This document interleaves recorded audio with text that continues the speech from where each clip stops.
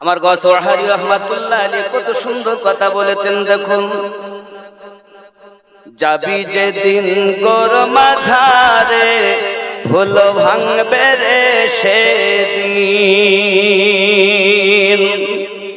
যাবি যেদিন গোর মাঝারে ভুল ভাঙবে রে সেদিন, তোর পুরা হবে সকল আশা ওরে কম বখত কমিন, ভুল ভাঙবে রে সেদিন।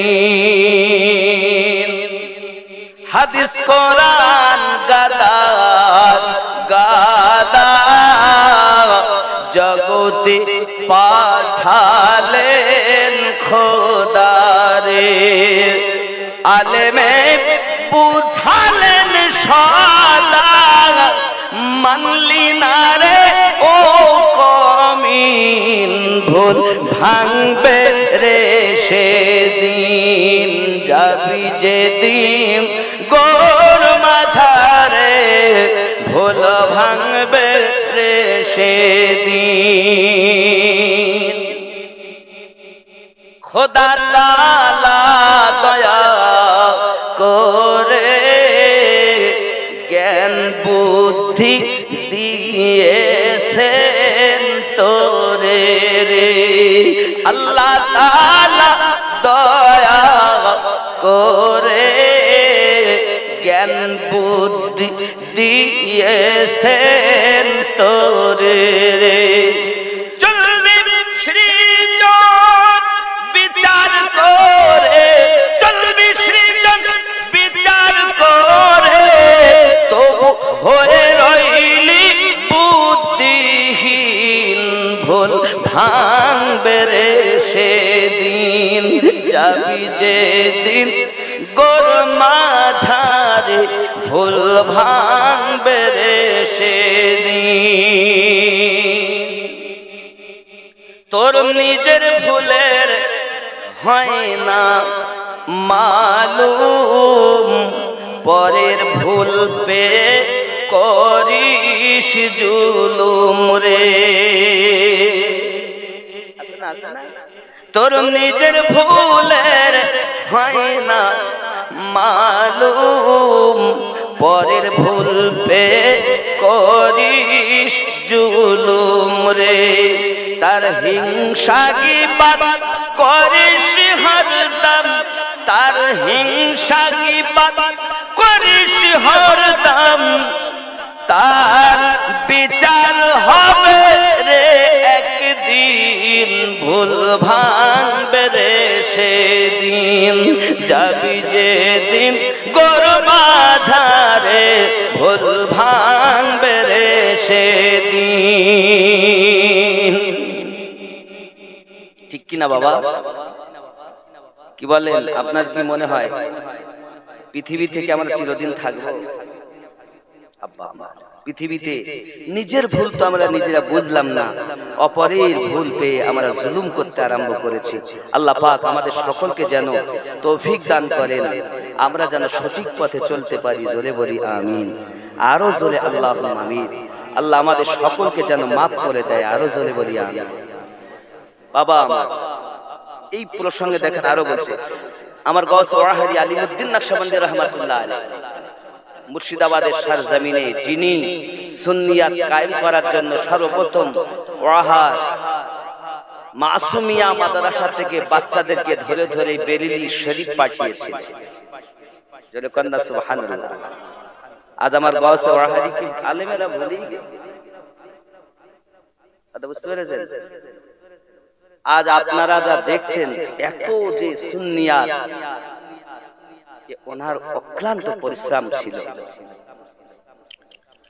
তুই ভুলে ভুলে দিন কাটালি, অসারে তুই মজে রইলি রে, এত বুদ্ধিহীন তুই কেন হইলি, তবু পেলি না তোর ভুলের চিন, ভুল ভাঙবে রে সেদিন। মন কত মানব এই দুনিয়ায় এলো, তারা ভুল করে চলে গেল রে। মন তারা কি কেউ ফিরে এলো, তাদের পেলাম না কোনো চিন, ভুল ভাঙবে রে সেদিন। দেখেন এবার উনি কি বলছেন, ভুল যদি ভাঙতে চাস অধম, সময় থাকতে ধরো ও হারির কদম রে। ভুল যদি ভাঙতে চাস অধম, সময় থাকতে ধরো ও হারির কদম রে। সেই কদমে ভুল ভেঙে হারতাম, ভুল ছেড়ে হবি তুই মুমিন, ভুল ভাঙবে রে সেদিন। জোরে হবে আরো জোরে বলুন, খুব খেয়াল করেন। আসবে যেদিন তলব চিঠি, মন করবে রে তোর ছোটা ছুটি রে। যেদিন আল্লাহর পাগাম আসবে রূহ বার করা, তখন মন ছোটাছুটি করবে। আসবে যেদিন তলব চিঠি, মন করবে রে তোর ছোটা ছুটি রে। পাবি না সময় মোটে, সেদিন হবে রে কঠিন, ভুল ভাঙবে রে সেদিন। সেই দিন মনে হবে বেটা আমার নয়, পিটি আমার নয়, বিবি আমার নয়, বন্ধু আমার নয়, এত মিথ্যা বললাম, এত ওজনে কম দিলাম, এত টিকিট কাটলাম, এত তাস খেললাম, এত সুদ খেলাম, এত মদ পান করলাম, এত গাঁজা খেলাম, এত সিনেমা দেখলাম, এত ইউটিউব চালিয়ে ফেসবুক চালিয়ে জীবন বরবাদ করে দিলাম। এখন আমার উপায় কি হবে? এখন তো আমার তলব চিঠি এসেছে রে সোনা মানিক। প্যারা রাসূল বলেন তার রূহটা বড় আযাবের সহিত বার করা হবে, বড় আযাবের সহিত বার করা হবে। প্যারা রাসূল সুন্দর করে আরো জানিয়েছেন। শুধু কি এতটুকু? প্যারা রাসূল বলেন আরো জানিয়েছেন পৃথিবীর জমিনে মরণের সময় তার রূহটা বড় কষ্টদায়ক হয়ে বার করা হবে। আল্লাহর হাবিব এত কথা বলেছেন, দুনিয়ায় মানুষ শুধু বলে পানি দে পানি দে পানি দে, তার মুখে পানি দে। যদি দুনিয়ার নহরের সমস্ত পানিগুলো তার কাপড় কিনা গালে দেওয়া হয়, তবু তার পিপাসা মিটবে না। আল্লাহর হাবিব বলেন আতশানা ওয়ালাউ শারিবা মাআল আনহার, দুনিয়ার সমস্ত নহরের পানি যদি তার গালে ঢালো তবু তার পিপাসা মিটবে না। এত কষ্ট মরণ রাসূলুল্লাহ বলেন। তাহলে আমাদের কি করতে হবে? আল্লাহর হাবিব আরো সুন্দর করে 2 নম্বরে জানিয়েছে, আস-সানিয়াতু ইয়াশতাহু আলাইহিন নাযা রূহিহি। আল্লাহর হাবিব সাল্লাল্লাহু আলাইহি সাল্লাম বলেছেন ওই ব্যক্তির পিপাসা কিন্তু মিটবে না। আল্লাহর নবী সাল্লাল্লাহু আলাইহি সাল্লাম তারপরে বলেছেন বালায়ে হে উসকি জাকান্দানি বড় শক্তি সে হোগি, ওই ব্যক্তির মরণ কষ্ট বড় কষ্ট হবে।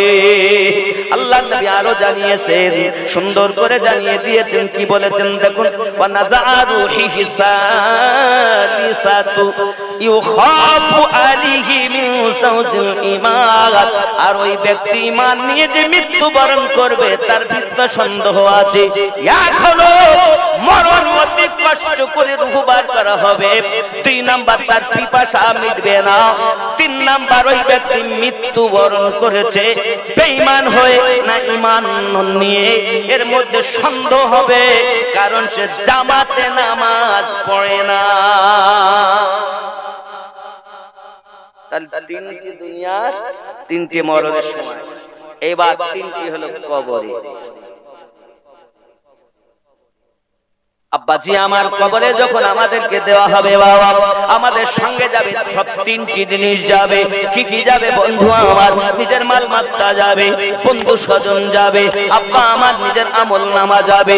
দুটি ব্যক্তি আপনার খেয়াল করুন, মৃত ব্যক্তি মনে করে আজ আমাকে গোসল দিয়ে সুন্দর করে বাড়ি থেকে নিয়ে যায়, আব্বা আমার তারা শুধু বলতে চায় চলো নিয়ে চলো, কারণ এখানে থাকতে ভালো লাগে না, কবরে যাব আর নবী দেখবো। এটা মুমিন। এই ব্যক্তিকে আমি গজলই প্রথমে বলেছিলাম, কবরের মাঝে যখন দেখিব সূরাত, চিনিব কেমনে ইনি নবী আহমদ। অধম মন পড়ো তুমি দরুদের মালা, যাহা পড়ে চিনিবে তুমি রাসূলুল্লাহ সাল্লাল্লাহু আলাইহি ওয়াসাল্লাম। সুবহানাল্লাহ। মুমিন ব্যক্তি বলবে নিয়ে চলো। আব্বা আমার যখন নিয়ে যাবে, আব্বা আমার ওই ব্যক্তি যদি কাফের হয়, মুমিন না হয়, তাহলে বলবে আমাকে কেন নিয়ে যাচ্ছে? আমার এখনো 7 মিনিটই লক্ষ লক্ষ টাকা ব্যয় করে 3 তলা বিল্ডিং করেছি থাকবো বলে, কিন্তু আমার থাকা হলো না। আমার মৃত্যু এসে গেল, আমাকে তোমরা নিয়ে যেও না, আমাকে আরো রেখে দাও। ওরে আমার সোনা মানিকেরা, ওই ব্যক্তি কিন্তু যেতে চায় না বাবা। মৃত ব্যক্তি কথা বলে, শোনে তারা, ঈমানওয়ালা হয়ে যারা, কিন্তু বলতে পারে না, আল্লাহর পক্ষ থেকে তাদের জবানে তালা। তারা দেখে, তারা শোনে, জীব জানোয়ার শোনে। মরণের মৃত ব্যক্তি যে আপনার কান্নাকাটি করে বাবা, সোনা মানিকেরা আমার, এমনি করে আপনার কান্নাকাটি করে। এ বাবা, আমি আমিনুদ্দিন বিবি ছাড়া শীতে রাতে ঘুম হয় না, সাদের বিবি। কিন্তু আমি যখন বিদেশে থাকি, আমার বিবি ভালো লাগে না, কোয়াট লাইনে ভালোবাসা হয় অন্যদিকে। এখানকার ছেলেরা ভালো, এরা করে টরে না। স্বামী আছে বিদেশে, আমার বোন থাকতে পারিনি, স্বামী বিদেশে কাজ করে কোয়াট লাইনে সম্পর্ক করে, অনেকে 2-4টি বাচ্চা রেখে দেওরের সঙ্গে পালিয়ে গেছে। আল্লাহ রাস্তে ভাদেশ্বরের মেয়েরা যায়নি। কি গো রাগ করছেন? কিছু করার নেই, ডেকে যখন নিজের শুনতে হবে। শুটিং শাটিং ফিটিং, কাঁধে মেরেছে সিফটি পিনার হুকিং, ঘাড়ে ঝুলিয়েছে থেনাচিকা ছোট একটি ব্যাগ। ভাদেশ্বরের যুবক ঘুরে ঘুরে আমার দিকে দেখ, লাম খালি মিম খালি, নুনের পেটে এক নোকতা, মাথা খালি পিঠ খালি, কপালেতে এক নোকতা। একই বড় বিহায়া, এর কপালে কখনো সৎ সন্তান জন্ম নিতে পারে দাও। আমি গাড়িতে করে আসতেছি, দেখি এই রাতে আমি তো ঠান্ডায় সজরাই আছি। আমি বলতেছি, আরে আমার এত ঠান্ডা লাগতে, আমারই লাগতে না, সবাই লাগবে কেন? একটু ঠান্ডা তো আছে। এরা যে মাথায় কিছু দেয়নি, একটা জামা গায়ে চুল ছড়িয়ে যাচ্ছে। এখনকার তাজা খবর বলতেছে, কোন রাবি নেই, ডাইরেক্ট দেখছি। এই মসজিদের ওই পাশে আমি আসছি, ঠান্ডা আমারই লাগবে। হুজুরিরা পোশাক করতেছে, গলায় একটা, ঘাড়ে একটা, কোমরে একটা, আর এদের কি আল্লাহ ঠান্ডা দেখতেই পায় না? যত ঠান্ডা হুজুরিরা। মাঝে মাঝে পোশাকে কানে ভালো, অসুবিধা নাই। হে আমার জননী, আল্লাহর হাবিব হাদিস শরীফে জানিয়েছেন, তাইয়িসু লা ইয়াদখুলুল জান্নাহ, তাইয়িস ব্যক্তি কখনো জান্নাতে প্রবেশ করবে না। প্যারা রাসূল নূরুন আলা নূর, নবী পয়গম্বরকে সাহাবী রাসূল জিজ্ঞাসা করেন, হুজুর তাইয়িস কাদেরকে বলে? আমার আপনার নবী জানাত শায়না মেয়ে একটি নারী জাহান্নামে যাবে, চারটি পুরুষকে জোর করে টেনে টেনে নিয়ে যাবে। একটা নারী জাহান্নামে যাবে, চারজনকে জোর করলে যাবে। এক নাম্বার নিয়ে যাবে তার বাপ। কেন? বাপটাকে পর্দায় রাখতে পারিনি। জবাব, ফজরের নামাজ না পড়ে বাপ ঘুমায়, মা ঘুমায়, বেটা ঘুমায়, বেটি ঘুমায়। বেলা 8টার সময় তাই প্রাইভেট আছে, যেহেতু মাধ্যমিক পরীক্ষা দেবে। 8টার সময় তার পরীক্ষা, 2টি মাস্টার রেখেছে, 3000 করে 6000। একজন আসে সকালে আর একজন আসে সন্ধ্যায়। মেয়েকে বলে, মারে তুই প্রাইভেটে যা, নইলে 100 টাকা যাবে। না গেলে মেয়েকে বকাবকি করে। আল্লাহর বান্দা বান্দি, তোমার মেয়ে নামাজ না পড়ে ঘুমালো, তুমি তো একবারও তাকে বকাঝকা করুনি। তোমার পুত্র নামাজ না পড়ে ঘুমিয়ে গেল, তুমি একবারও তো বকাবকি করুনি।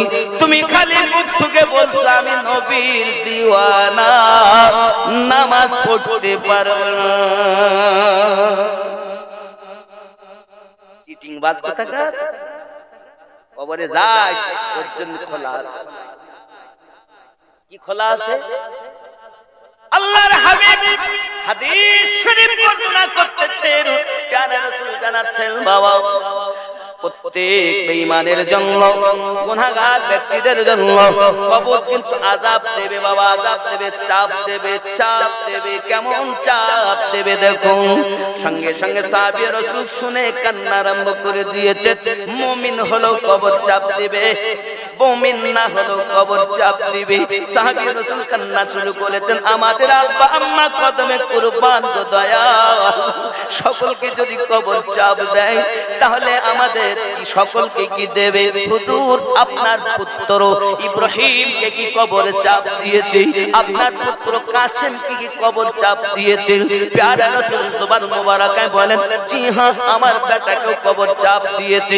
তবে শুনে রাখুন, আয় আমার সাহাবায়ে কেরাম, মুমিনের জন্য কবরের চাপ হলো এমন, যেমন আম্মা সন্তানকে দুধ পান করাতে গিয়ে সোহাগ করে বুকে একটা চাপ দেয়, আদর করে। মুমিনের জন্য ওই কবর এমন করে সোহাগ করে চাপ দেবে, এই চাপ সবাইকে ভোগ করতে হবে। মুমিনের চাপ আলাদা, গুনাহগারের চাপ হলো আলাদা।